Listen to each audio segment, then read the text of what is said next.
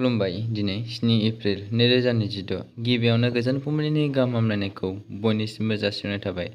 राशिफोरखौ फरायनायनि सिगां आंनिफ्राय आनान गसाइनिसिम आरज खालामनाय जायोदि दिनैनि साना बुहुमनि साफ्रोमबो सुबुंफोरनि थाखाय गाहामैनो गाहाम बारलांनो हायो। जेबो खैफोद आफोद जायालासे फैदो दानिया दिनैनि दासिबो खोनासंनायनि गिबियाव दङ। मेष राशि खरसानि सायाव सामलायनायजों लोगोसे रांखान्थियारि थासारिया सरासनस्रा थागोन। जायखिजाया गिदिर थिरांथाखौ साननानै ला। मेष राशिनि खाफाल गोनां अनजिमाया 3 आरो गाबा गोजा। बृष राशि रांखान्थियारि थासारिया साबसिन जागोन, नाथाय रां थिसननायखौ सोलोजों खालामनांगौ।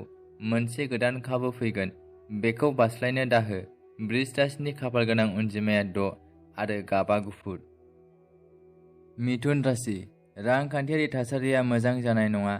दोनथुमनायाव गोसो हो, रां थिसननायनिफ्राय गोजानाव था। मिथुन राशिनि खाफाल गोनां अनजिमाया 9 आरो गाबा गोमो। कर्कट राशि आयनि गोदान फुंखाफोर नुजाथिगोन, राङारि मुलाम्फा जागोन। हरखाबै राङारि मुलाम्फानि इसारा मोननाय जादों। कर्कट राशिनि खाफाल गोनां अनजिमाया 2, गाबा रुफा गाब।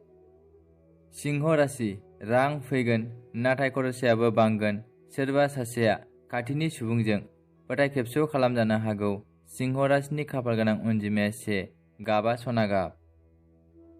कन्या राशि रांखान्थियारि थासारिया गोख्रों जागोन, रां रैखा खालामगोन।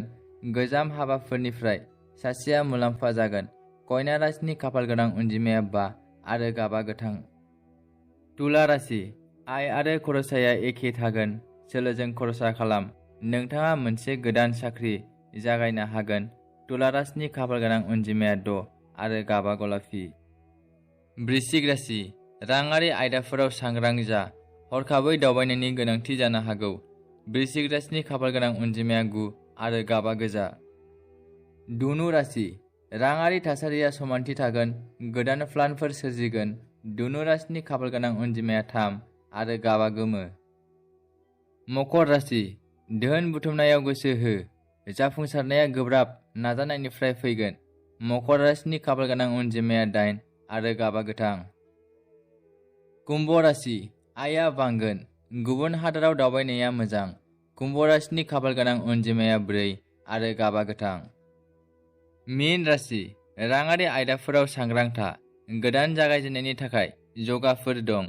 मीन राशिनि खाफाल गोनां अनजिमाया 7 आरो गाबा गोमो। दिनैनि राशि फरायसंनाया एसेनोसै। गोजोन्थों।